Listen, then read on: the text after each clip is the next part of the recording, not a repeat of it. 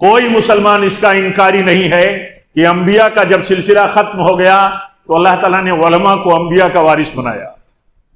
کوئی مسلمان اس کا انکار نہیں کرتا کہ علماء انبیاء کے وارث نہیں ہیں، لیکن غفلت اتنی ہے،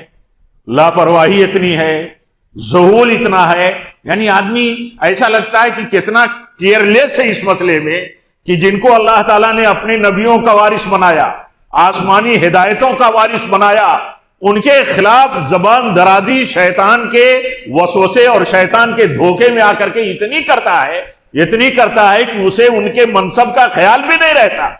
ایک طرف عالم مانے گا، ایک طرف علماء کی جماعت مانے گا، اور اس کے بعد ان کے خلاف زبان درازیاں کرے گا۔ شیطان اس ہتھ کنڈے کے ذریعے چاہتا یہ ہے کہ اللہ کے دین کے اور اللہ کے بندوں کے بیچ میں انبیاء کے بعد جو واسطہ ہیں ان واسطوں کو کمزور کیا جائے،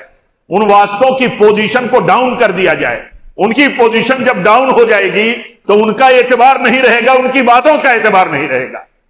اسی لیے یہ کوشش بھی اسی دھوکے میں ہے کہ انسان دھوکے میں پڑ جاتا ہے، یہ نہیں سوچتا کہ اللہ کے دین کے لیے ہمارے پاس، جیسے اللہ کے دین کے لیے انسانیت کے پاس، انبیاء کی امتوں اور قوموں کے پاس اللہ کے نبی سب سے بڑی رحمت ہوا کرتے تھے، ایسے اللہ کے دین کا تعارف اور سچا دین پہنچانے کے لیے علماء ہمارے لیے رحمت ہے اللہ کی طرف سے، یہ روشنی ہے اللہ کی طرف سے، یہ ہماری عزت ہے اللہ کی طرف سے۔ ان کی عزت دین کی عزت ہے، اور جب ان سے انسان دور ہوتا ہے، نفرت کرتا ہے، ان کے خلاف باتیں کرتا ہے، تو اس وقت وہ شیطان کے دھوکے میں، چال میں پڑ جاتا ہے، سوچ نہیں پاتا۔